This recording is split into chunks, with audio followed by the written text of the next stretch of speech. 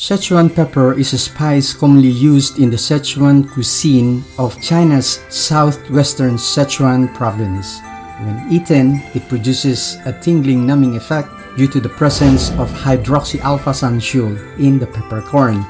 Now, the hydroxyalpha-sansule is a molecule found in plants that produces tingling and numbing sensation. Hydroxyalpha-sansule, madalas po yung gamitin ng mga kohilihiyala sa atin sa mga friendships nila, lalo na kung matagal na nilang hindi nakikita. Madalas nilang sabihin, "Hoy girl, musta ka na? Sansule ka na ngayon?"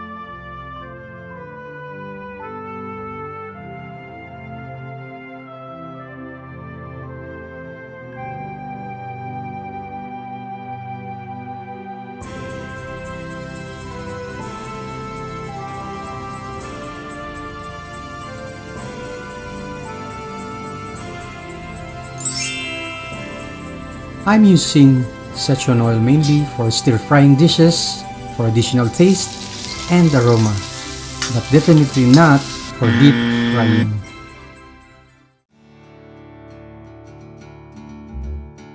Now let's do the chicken oil. Please watch closely as I demonstrate to you how I make chicken oil. Enjoy!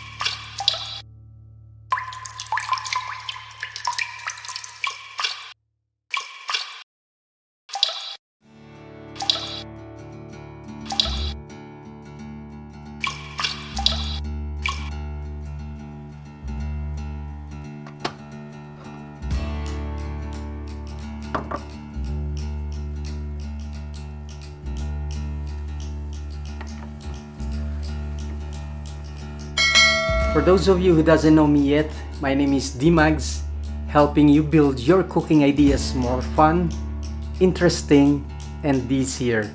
And if you like my videos, please consider subscribing. And also hit that notification bell for you to get updated on my latest videos. See you!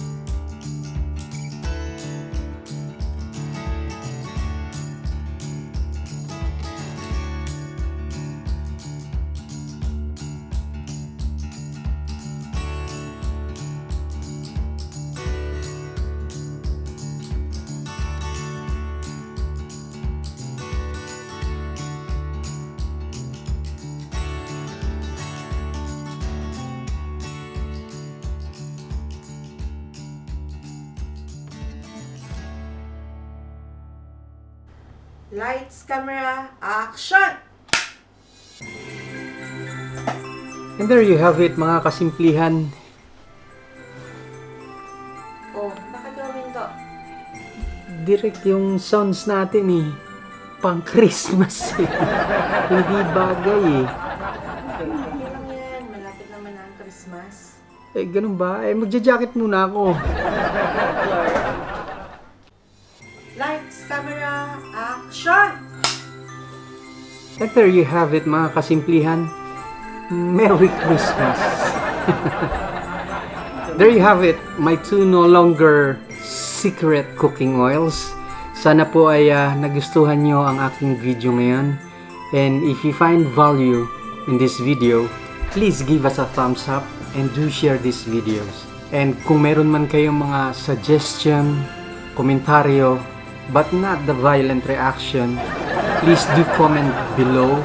I would be more grateful and I would love to interact with you guys pagdating sa mga ganitong klaseng mga ginagawa namin. At least nalalaman namin yung downside at yung mga kagandahan ng aming mga nagagawa. Sige po, mabuhay po kayong lahat. Once again, my name is Dimags na nagsasabing mas mabango. Tama.